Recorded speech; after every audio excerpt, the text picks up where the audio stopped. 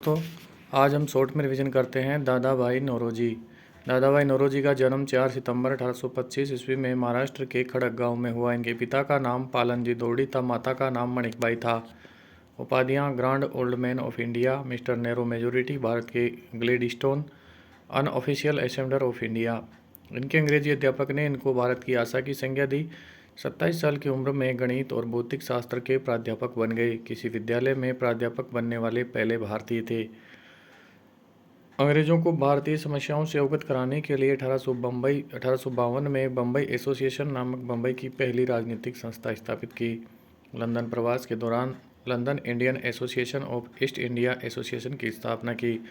1851 में गुजराती पत्रिका राष्ट्रगोप्तार प्रारंभ की। ब्रिटिश संसद के लिए चुनाव लड़ने वाले पहले भारतीय लाल मोहन घोष थे।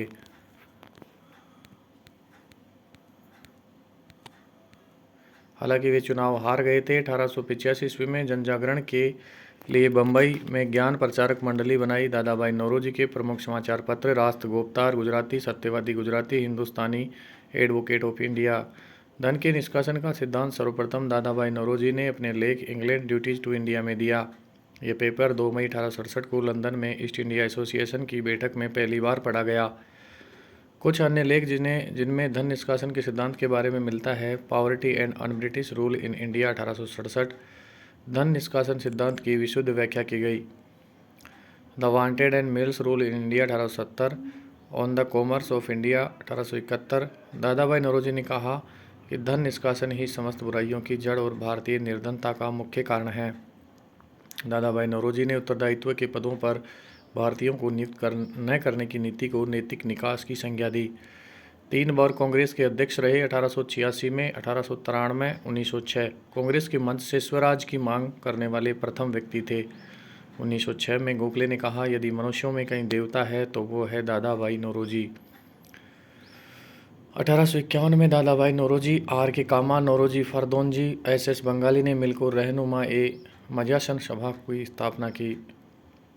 दादा भाई नौरोजी को प्रथम भारतीय के रूप में द्वितीय अंतर्राष्ट्रीय की MS टीम कांग्रेस 1904 में शामिल होने का गौरव प्राप्त हुआ। इस सम्मेलन में भाषण देते हुए उन्होंने भारत के लिए स्वशासन व दूसरे उपनिवेशों के समान दर्जा दिए जाने की मांग की। अगले वर्ष बनारस कांग्रेस अधिवेशन में भेजे गए संदेश में उन्होंने कहा कि भारत की एकमात्र समस्याओं का समाधान स्वशासन है। ब्रिटिश सरकार अब प्रशासन के लिए रूसी जारशाही तरीके अपना रही है। प्रेस का गला घोटने का परिणाम उनके लिए आत्मघाती होगा। दादा भाई नौरोजी। राजा जनता के लिए बने हैं, जनता राजा के लिए नहीं, दादा भाई नौरोजी ने कहा था।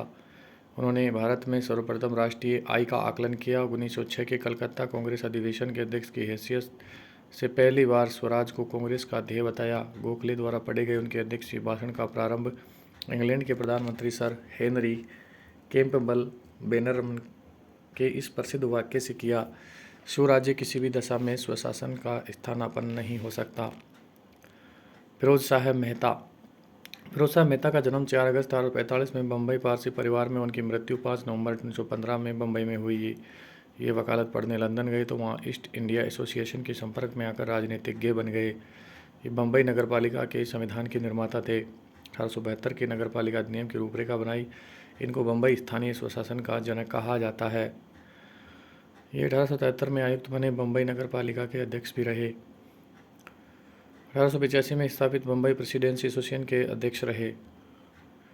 1913 में द बॉम्बे क्रॉनिकल नामक अखबार का प्रकाशन किया।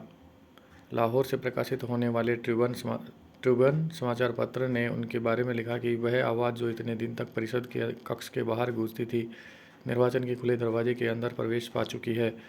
फिरोज साहब मेहता की उपाधि नाइट 1904 ईस्वी में।